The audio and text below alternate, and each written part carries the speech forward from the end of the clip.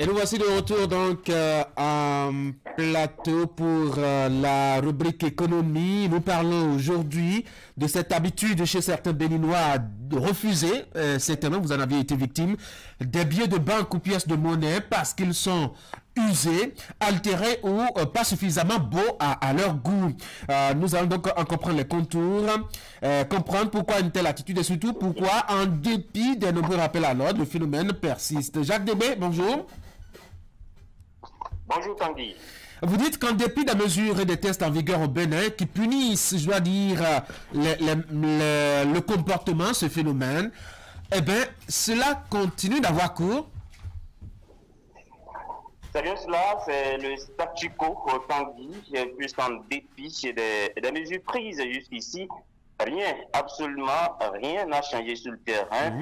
Revenons déjà sur les différents communiqués pris par le ministre d'État, ministre de l'économie et des finances en la matière. Le dernier en date est celui du 6 octobre 2022 dans lequel Romuald Wadani faisait déjà remarquer que cette attitude qui consiste à rejeter certaines pièces sous prétexte qu'elles seraient celles des divinités sont altérées, lisses ou le refus des billets froissés. Cette attitude entraîne des incidents dans plusieurs localités où des transactions entre agents économiques n'ont pas pu se dénouer.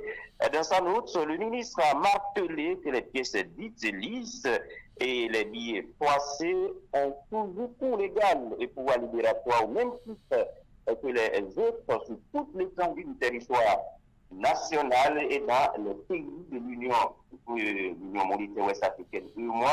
Le communiqué qui rappelle un autre, celui du 3 septembre 2020, dans lequel l'argentier national tapait déjà du poing sur la table par rapport à la recrudescence de ce phénomène de réserve de pièces de monnaie et billets de banque tenus par la BCAO, la Banque centrale des États de l'Afrique de l'Ouest.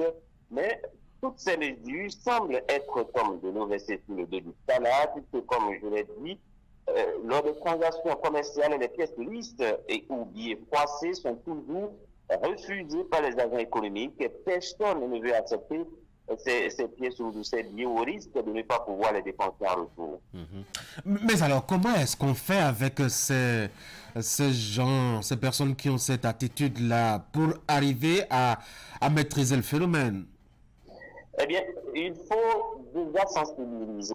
Quand on se contente de simples communiqués, on rappelle à l'ordre, jusqu'ici, il ne semble pas, cette méthode n'a pas véritablement produit de véritables résultats sur le terrain.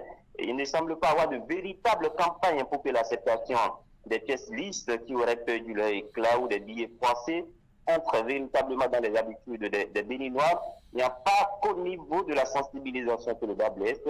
Il y a aussi qu'on ne sanctionne pas. Dans le communiqué du ministre Wadani, il est dit que le refus de recevoir la monnaie ayant cours légal dans un État membre de l'UEMOA est puni par les tests en vigueur. Moi, j'ai pas connaissance, par exemple, d'une seule personne qui a été frappée par ce test. Et pourtant, des milliers de personnes refusent au quotidien des pièces dites lisses et billets dits froissés. Il est clair qu'il y a un couac dans la façon dont la lutte est menée par les autorités monétaires. Je parlerai d'un manque de volonté réelle par rapport à cette mesure-là. Et je demandais, qu'est-ce qu'on fait maintenant avec ces personnes-là qui sont très bien entêtées? Et il faut déjà changer de fusil d'épaule dans la stratégie de sensibilisation des communiqués. D'accord, mais il faudra faire beaucoup plus, aller plus loin, en menant une véritable campagne sur le terrain. Moi, je ne serais pas contre que des agents du ministère de l'économie et des finances, par exemple, soient envoyés dans les marchés, les centres commerciaux au niveau de la population pour expliquer réellement que disent les tests, qu'il ne revient pas aux populations, aux agents économiques de refuser les pièces lisses et billets froissés. À cela, il faudra peut-être ajouter les bonnes affiches de sensibilisation. Je vais parler des panneaux publicitaires dans les villes du pays, associer les organes de presse écrite comme audiovisuel et même les web médias, sans oublier les prières publiques dans les villages notamment. Ce faisant, tout le monde sera au même niveau d'information et c'est ce qui va permettre d'établir la confiance entre tous les agents économiques, parce qu'en réalité, certains vous disent, moi, ça ne me dérange pas de recevoir les pièces lisses et billets froissés, mais le problème, c'est où les dépenser, puisque les autres refusent de me les prendre. Tous les Béninois des villes, des villages, des campagnes, des hameaux doivent être informés de l'existence de cette mesure pour éviter toutes ces incompréhensions qui s'observent au quotidien sur le terrain. Le drame en Tanguy, c'est que parfois vous avez la seule pièce en poche, vous finissez d'acheter l'article, l'essence ou des divers, vous finissez de manger et vous remettez l'argent, vous dites que la pièce est lisse. Bienvenue les dégâts, comment vous gérez tout ça? C'est un véritable casse-tête sur le terrain parfois et il faudrait à une certaine période passer à la vitesse supérieure. Absolument, et c'est important. On verra bien comment est-ce qu'on pourrait s'en tirer face à ce comportement, faut-il dire, des agents commerciaux dans les centres commerciaux du Bénin. Parlons fiscalité, Jacques. Encore une fois, pour finir ce matin, près de 278 milliards de francs CFA. C'est le montant mobilisé par la douane béninoise et les impôts de janvier à février 2024.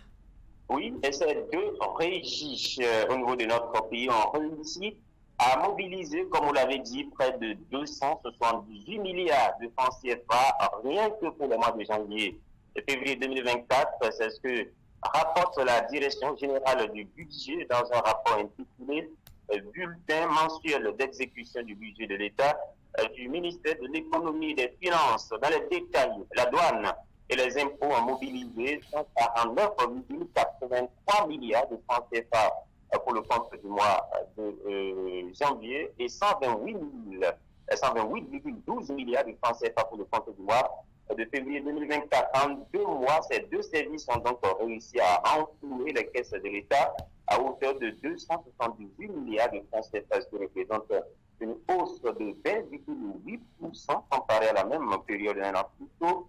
Par ailleurs, la recette globale du budget de l'État en exercice 2024 pour le compte de ces 2 premiers mois de l'année en cours s'élève à 311 milliards de francs CFA. C'est une hausse de 40 milliards par rapport à la même date en 2023. C'est-à-dire donc que les caisses de l'État se portent bien malgré les crises, malgré la fermeture des frontières avec le Niger par exemple, malgré les guerres au niveau international, la guerre russo-ukrainienne, la guerre au Moyen-Orient.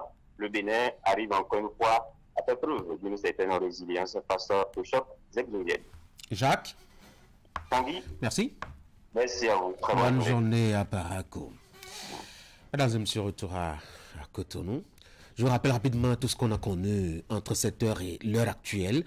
D'abord la une des journaux, le bulletin d'information avec Ingrid Day. Maël Belou est passé par ici nous proposer les informations sportives. On a eu notre invité tout à l'heure, même professeur Agbangla, qui est directeur général de la recherche scientifique et de l'innovation. Il est venu parler de l'ABRI, cette nouvelle structure créée par le gouvernement béninois pour assurer la recherche scientifique et l'innovation au Bénin. Et tout de suite, vous aviez suivi la rubrique économie avec notamment Jacques Degbé qui nous parlait de cette attitude de certains Béninois à refuser les pièces et billets de banque usés parce que peut-être ce n'est pas à leur goût. On va faire la pause maintenant.